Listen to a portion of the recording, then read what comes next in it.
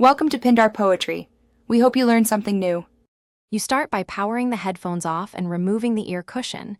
Do it gently to avoid tearing. Once the pad is off, expose the hinge cover. Some models use screws, others use adhesive, so inspect closely. Make sure you have a small Phillips, a spudger for prying, and tweezers handy. These let you remove clips without damage. For safety, keep screws in a small tray so you don't lose them as you begin the disassembly. Once the cover is off, unscrew the hinge fasteners slowly. Write down which screw goes where to avoid confusion. If a ribbon, cable, or plastic clip sits nearby, use the spudger to release it.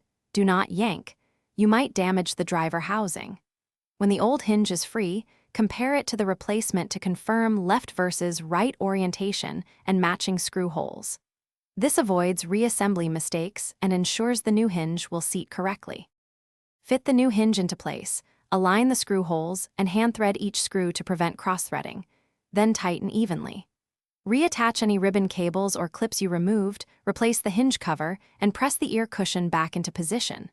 Power on and test folding action, audio playback, and Bluetooth connectivity. If folding is stiff or audio drops, check screw torque and cable seating. Loosen slightly or reseat the ribbon. Then retest to eliminate binding. Thanks for watching. Consider subscribing if we helped you.